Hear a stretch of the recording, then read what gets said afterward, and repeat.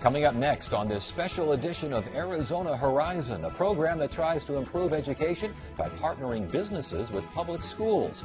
Hear from the leader of a nonprofit that's all about providing school clothes and supplies to kids in need. And find out what nonprofits are allowed to do when it comes to registering voters and promoting civic engagement. That and more next on this special Giving and Leading edition of Arizona Horizon. Arizona Horizon is made possible by contributions from the Friends of Eight, members of your Arizona PBS station. Thank you. Good evening and welcome to this special Giving and Leading edition of Arizona Horizon. I'm Ted Simons. The Arizona Educational Foundation is uniting business leaders and schools in a program that's designed to be mutually beneficial. The program is called United. To learn more, we spoke with Bobby O'Boyle, Executive Director of the Arizona Educational Foundation, and Alicia Mandel of the Apollo Group. Did I get it right? Is that what the United program is? You've got it right, exactly. It's kind of a takeoff on the old Principal for a Day program that the city of Phoenix ran for years. But what we want to do with it is extend it beyond that one day of shadowing where a business partner shadows a principal for a day and gets an idea of what a day in the life of a principal is like. What we want them to do is form a partnership that can last beyond that one visit and lead to benefits for the school. How can you make it last beyond one visit? Give us an example. You were involved in this as well. How does a business leader not only shadow, but get more of an idea of what goes on in public schools? You know, I think what's really important is getting involved in the first place. When I first got involved with the program, I thought it was going to be the principal was going to say that he needed a donation from me or some money from my company. But what we really did was we spent a lot of time working together over the course of the whole year to figure out how we can best partner for the long term. And we did tons of stuff together. We're still really in touch. Is it kind of a win-win situation where both the business leader and the education leader, they both get something out of this? You know, Apollo Group is about education. We're an education company. We're the leading employer in Arizona, and we care about our community and we care about public education. So I got really lucky. My company allowed me to go and spend the day and the year and to continue to stay involved with my organization. It's a great thing for companies to do. How does this exactly work? I mean, there's got to be some mentoring there, I would imagine, coaching and consultation, these sorts of things. But again, other than shadowing and other than looking at that and going, I had no idea, maybe more informational than anything else, how does it work? How do the benefits come out? Well, the benefits are determined by the needs of the school and the resources that the business partner can bring to the table. And as Alicia mentioned, it doesn't have to be cash. I mean, that's not what schools are looking for necessarily. Sometimes the relationship can develop in the form of a mentor-mentee relationship, or possibly a playground structure, or support for an after-school program, support the employees of the corporation going in and reading to the children on a regular basis, whether it be monthly, weekly, quarterly, but there are just myriad ways that businesses can get involved in schools and really become aware of what's going on rather than depending just on news, press releases and so forth. I was going to say, it sounds like the idea is to help business leaders understand the nature of public education and vice versa. What do they need to know? Well, I think that they need to just have a better understanding and appreciation for what educators are faced with on a daily basis. And I also think that it's important for them to get in and see the successes that are happening in the schools every day. We often hear the negative things in the media about education, and we hear about the budget cuts and everything else, but the fact is that those kids are going to walk through that school door every day and want to know what their spelling word list is, or what they're going to have for lunch, or what they're going to learn in history class. And I think the business folks need to appreciate that educators are doing everything that they can and doing an excellent job meeting the needs of their students. What do business leaders need to know? Again, accenting what was said. What are they not getting right now? The information they're not getting right now. And education leaders, what do they need to know about business and business concerns? You know, one of the things that was so striking to me is at the beginning of this program, we spent a half a day learning about how the education system in Arizona gets funded. And And I was shocked. I had no idea. I mean, I think people spend a lot of time sitting on their couch reading the newspaper and complaining about the public education system. And they have no idea about the heroes that are at the school every day, the principals, the teachers, the superintendents that are they're pulling off miracles every day without having the money. And so people can complain a lot, but they really need to go out there and get involved. And what companies can do is help to support that and help to promote it, because it's only going to make for a better community. Are you seeing light bulbs go off over business leaders' heads once they get into the classroom and follow these people around? Absolutely. Same with you? Absolutely. You betcha. You betcha. I think that hands-on approach, yes. that actually being in the classrooms, in the office, at the school, and seeing what's going on helps them to realize what the challenges are. Okay, direct benefit to the student. People are watching right now and they're saying, this is all fine and dandy. What about my kid? What about their kid? Mm-hmm. How are they helped? Well, if they have a business partner like Apollo, like Alicia at Apollo Group, or we have the Musical Instrument Museum, for example, in a partnership with the Arizona School for the Arts. Every partnership, we hope, will benefit the children at the school where the business happens to have that partnership. And we, the Arizona Educational Foundation, will do everything that we can to make sure that that partnership is successful, beneficial, and sustainable. And last question, how long of a commitment are we talking about here in terms of this partnership? It's really on your own terms. I created a great partnership with Mario, who's the principal at Bronson Lee Elementary, where I partnered in the Ball School District.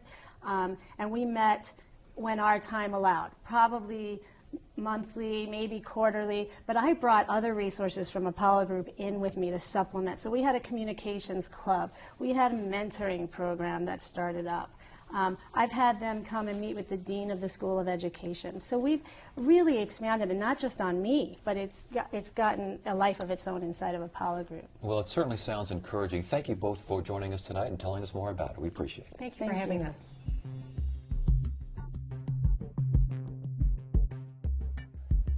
Each year, the Back to School Clothing Drive helps thousands of Arizona students in need return to school with new clothes and books. The nonprofit's executive director is Carl Gentles.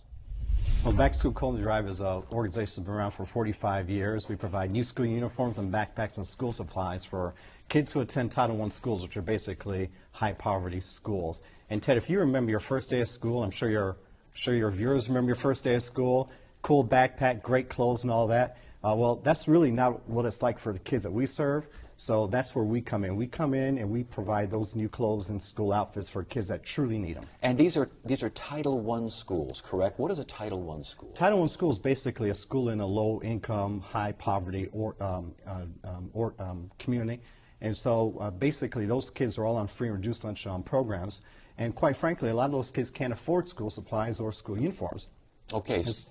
With that in mind, how are these kids eligible for the program? How are they selected? How are the schools eligible? How are the schools selected? Yeah, we serve schools that are K through 6, and so they're all designated as Title I public elementary schools. So public elementary, K through 6, and we don't select the kids. We actually allocate a number of slots to the schools, and we let the schools choose the children, because they know the kids better than we do. So schools choose the children, bring them down to our big event, they benefit. And when they come down to the big event, it looks like there's a lot of kids down there, a lot of books, a lot of clothes and socks and backpacks, whole 9 yards. Huh? Yeah, it's everything a kid needs to get ready and prepared for the first day of school, and that's what we do. We try to get them prepared for school, make sure that we eliminate those barriers to learning, help increase their self-esteem and self-confidence so that they can be there and learn just like everybody else. And if you have kids, I have kids, they all want to look great. They want the new sneakers, they want a great backpack. I had a Batman backpack when I was growing up. So let me tell you, that first day of school and beyond is really, really important. That's what we do. So how many items of clothing would the average kid get? Sure.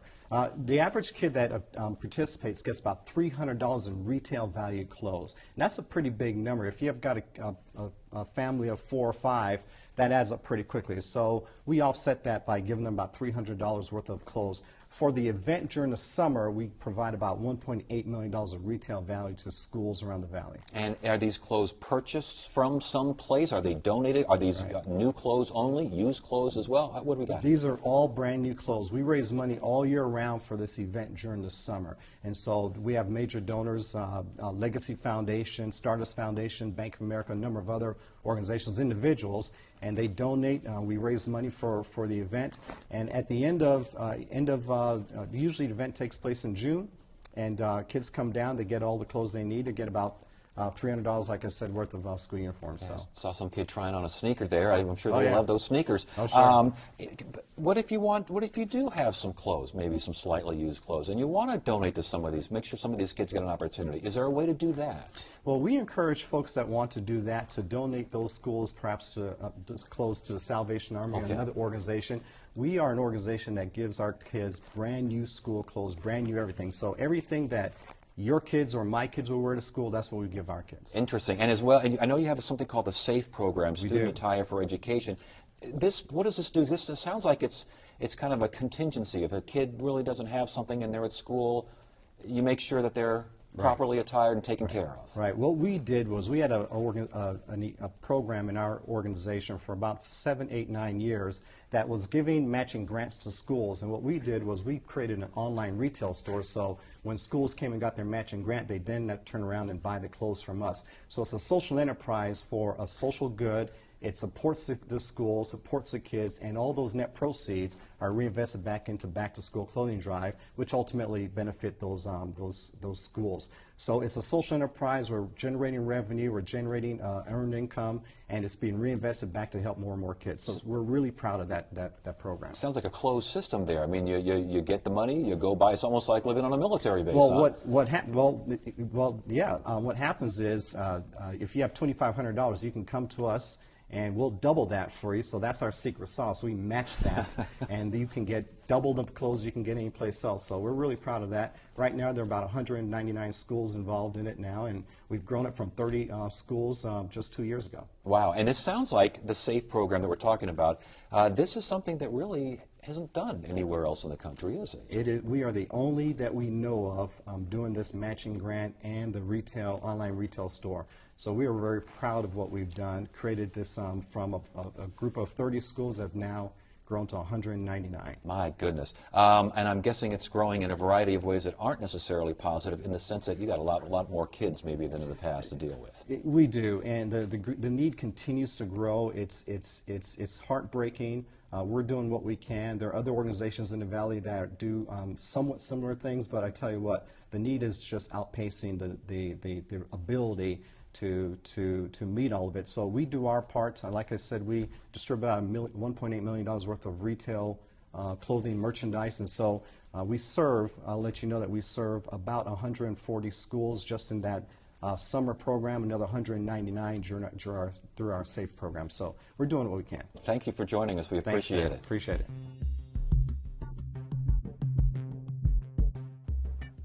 Nonprofits provide a community service, but they also have an opportunity to encourage the people they serve to vote and become involved in their communities. But there are limitations as to what political nonprofits can do. That's according to Timothy Schmaltz, an instructor for the ASU Lodestar Center's Nonprofit Management Institute. Nonprofits promote civic engagement. What are we talking about here? Well, in our particular case this year, we're doing it's an election year. And it's legal for nonprofits to be involved in elections, do voter registration, voter turnout, work on ballot measures, and that. So we've allied ourselves with lots of groups in town, and we're promoting voter registration and get out the vote activities among all kinds of groups that traditionally haven't done that. And that sounds like something very basic and very straight down the middle of the road there, but you also write that nonprofits can become the new venue for building political power. Explain, please. Yeah. I think a lot of people, we know that people who are involved in being served by nonprofits, people who are poor, people with disabilities, people of color, aren't traditionally involved. Sometimes their participation in our democracy is 15, meaning voting and other kinds of civic activities, is 15 to 20% below the general population. So nonprofits have access to these populations by providing services and those kinds of things. And in nonpartisan ways, it is legal to encourage people to register to vote, to become informed voters, and then vote. And that's what this project is about. And I was going to ask, can and should nonprofits be more political? And how do you become more political and not find yourself falling on either side of the line? Well, the IRS rules are very clear about being nonpartisan. Nonprofits cannot endorse candidates, cannot be involved in partisan activities during an election. So, yes, if voting and voter registration and voter participation is political, then this is political. But it's nonpartisan political work, and it involves getting people out to vote and participating in our democracy. This is a very democratic, very nonpartisan activity.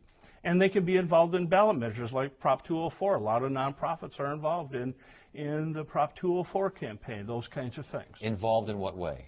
Well, they're registering people to vote. They're encouraging people to consider the ballot measure. They're concerned with informing people about how to vote, about various kinds of things. Never telling people how to vote, never telling people endorsing candidates and those kinds of things.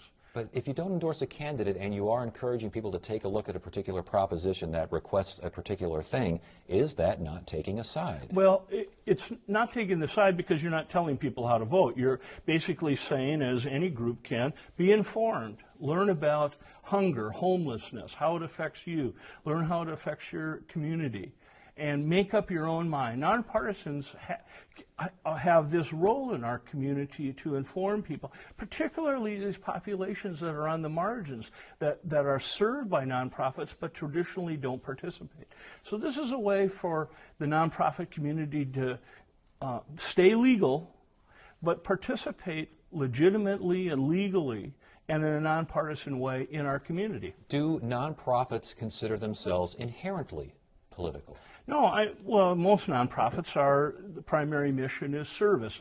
Put on the symphony, have an art gallery, help seniors be independent, end homelessness. Most nonprofits have a primary mission, but that doesn't mean that they should not participate under the IRS rules in our democracy. And traditionally, nonprofits have done this. It's just that this year in Arizona, we, with the Alliance of Nonprofits, the Valley of the Sun United Way, the United Way in Tucson, a variety of groups that just gathered together and said, it's legal for us to do this. We need to encourage people to participate in their democracy. This is, because you're poor doesn't mean you shouldn't vote. Because you're a person of color doesn't mean you shouldn't vote. Because you're a person with a disability means that you should participate. And we know these kinds of groups traditionally are marginalized, and we need to encourage as much as we can.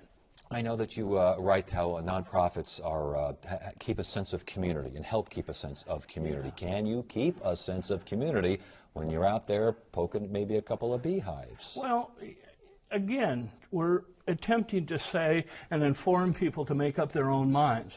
And I suppose if you're involved in issue-oriented advocacy, you are going to stir up a beehive or two. But that's the nature of democracy. As long as our nonprofits that are engaged are not partisan, they're not endorsing candidates, and they're not doing things that violate their status, the rules are very clear that they can participate. Because you're in a nonprofit and you're served by a nonprofit doesn't mean you give up your citizenship. And all we're saying is, in this project, is participate, play. We've got about 30 seconds left. Why did you feel the need to come out with this? Why are you emphasizing this? Well, I think what we saw was this was an election year. There's been a lot of impact on a lot of people over the last few years. There's a presidential election year. It gets a lot of publicity. This was an opportunity really to empower people who might not be empowered before. All right. Very good. Thanks for joining us. We appreciate it. Thank you. Sign up for 8's weekly e-news. You'll be among the first to know what's on Arizona Horizon the coming week. It's a fast and easy way to stay connected to what's on the Arizona Horizon. Sign up at azpbs.org/Arizona Horizon.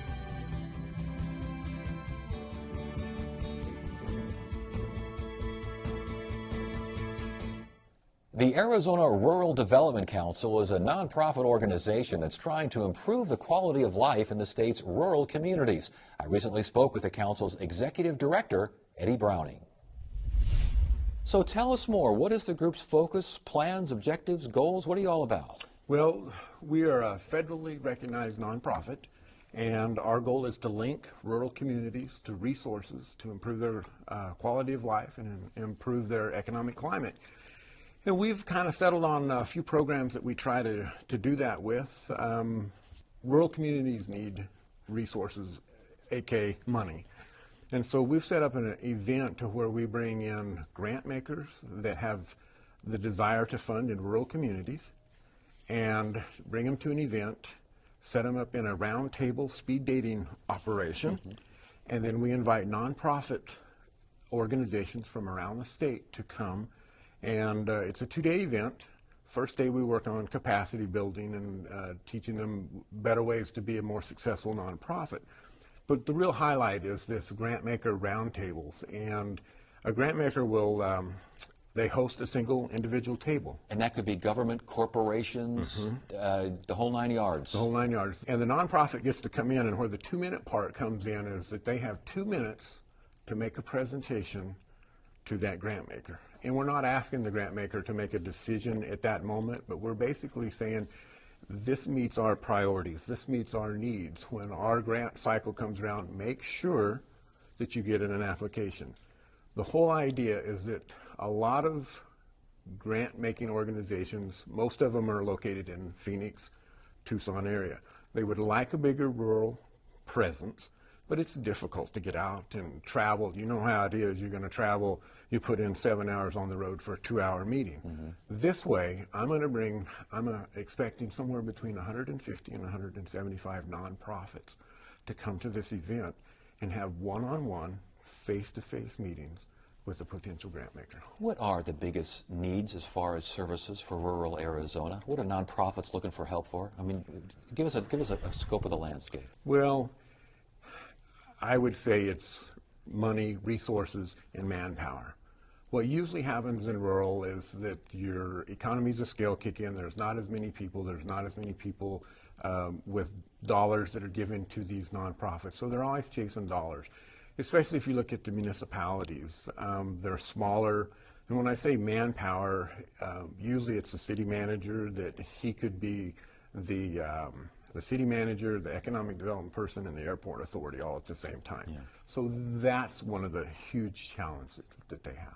And as far as grant-making ability and just granting services and money and whatever you need to these rural communities, is it affected these foundations, these government entities, these corporations look above, just don't see what's down there? I mean, what's going on there? Well, I think you get into what I call your circle, your cubicle, and there's so much need in so many different areas, and I'm not blaming them, but it's just easier. They have easier contacts with the nonprofits, say in a closer vicinity here, and it's just harder to get out and to find out what the needs are. The needs here are exactly the same as the needs in rural. It's just some different percentages. I know one of the needs in rural Arizona is for doctors, is for people in the healthcare industry, and you had an event called the AZ MASH Project. Tell us about that. Yeah, the MASH Project, it's multiple avenues for successful healthcare. This is a project, I'm in the second year of my pilot project with this, and we're trying to find high school students, link them up with a local hospital, and give them a 2-week session of behind the scenes, what's going on in a hospital, and that there's more to the rural healthcare field than just doctors and nurses. The theory behind it is that if you find somebody that grew up in rural, they want to go off and get their education, this is an opportunity to invite them home, and that there's a job for you when you come back home, rather than trying to find somebody that maybe grew up in Scottsdale and went to school here and then convince them that they should go to a small rural community where the shopping is a little bit different. So it's really a grassroots workforce development project. You really say, listen, kid, this is out there for you. just don't forget about home once you decide to go down that trail. You know how it is when you grow up in a rural community. Every high school senior probably, when they graduate, what's the first thing they say they want to do is, I want to get out of Dodge. I'm ready to go anywhere except here. But then as you get a little bit older and you're looking for a job and then you get married and then you decide to have kids, these rural communities are a great place to raise families. And so it's not uncommon for them to begin to come back home. What we're trying to do is spark that interest at an earlier age so that they can go out. I'm going to say, go, get your education, sow your wild oats, but know that you're always welcome to come back home.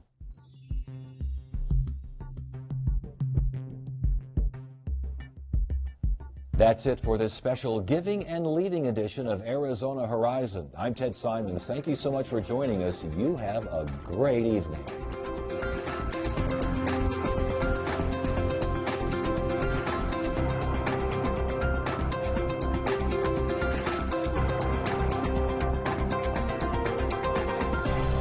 Arizona Horizon is made possible by contributions from the Friends of Eight, members of your Arizona PBS station.